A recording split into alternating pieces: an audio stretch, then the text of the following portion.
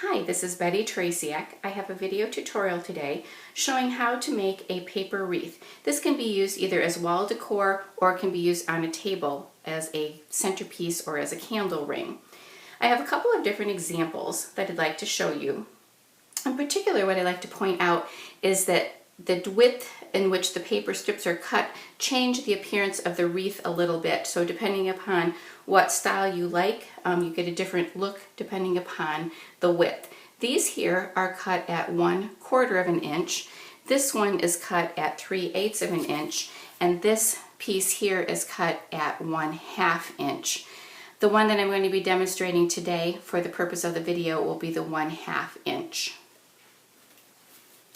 Supplies that you need for this project are 12 by 12 paper that have been cut down to 6 by 12 inches, a paper trimmer, tape adhesive, scissors, a 4-inch embroidery hoop, and an optional piece of grid paper. Begin by using your paper trimmer and cutting the paper at 1/2 inch intervals. Line it up along the top. And then you're going to cut down so that you have a 1/2 inch strip at the bottom that is not cut. So in each case, you're going to cut down until you come to 1/2 inch away from the bottom. In this case, that would be 5.5. Move the paper a 1/2 inch or whatever increment you happen to be making your paper cuts at, and continue cutting all the way across the paper.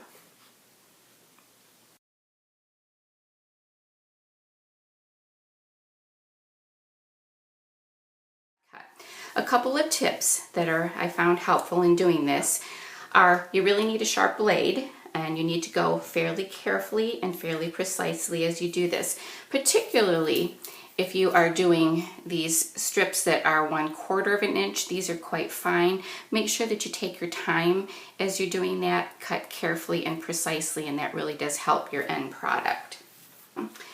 For the next step, you need to cut away 1 inch from every other strip all the way across the paper. And to do that, I like to use grid paper. You also can use a ruler for that. In this case, because this one has stripes, this actually is quite easy. I just can figure out which stripe I need to cut on and can cut all the way across on every other one.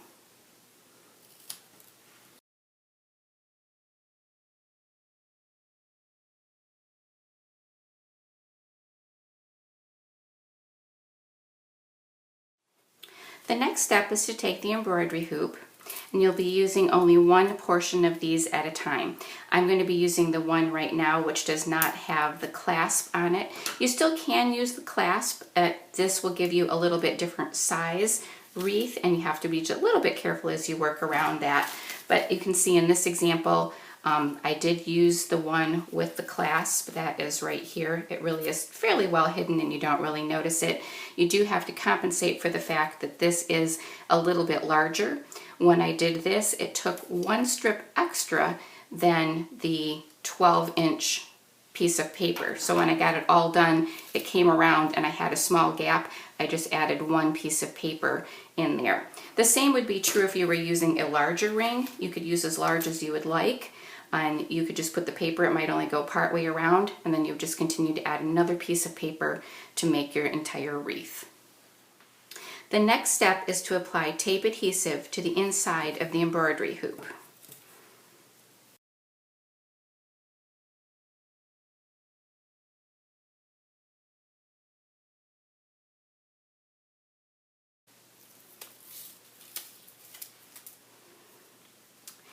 The paper will be placed on the inside.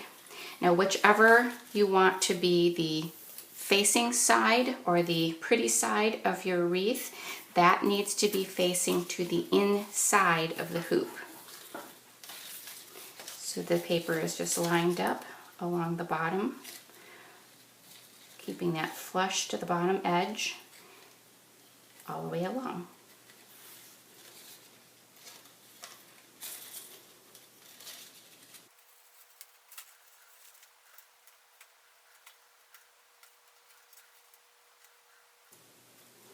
And if you have any overlap, and in this case this one does have an overlap of one of these will need to be trimmed away.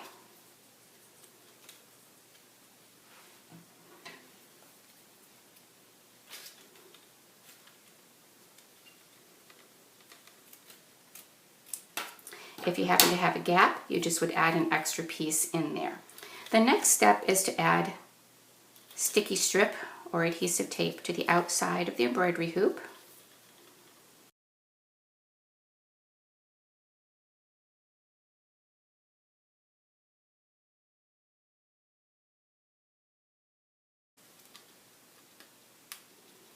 Remove the adhesive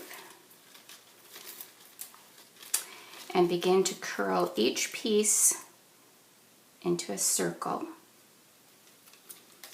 and adhere those along the outside edge.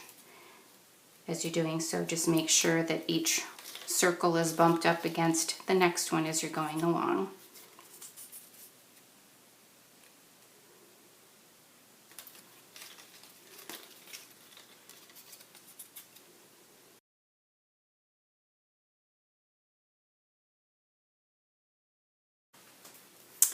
Once everything is completed, I like to go back around and just give each spot a firm pressing from both sides just to make sure that there's firmly adhered from both of the sides.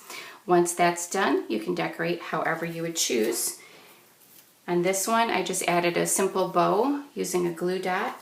And in this one, I added a centerpiece to the back, cut a circle, and added a little bit of glue to hold that together. So I do hope that you have enjoyed this tutorial. I look forward to seeing what you create.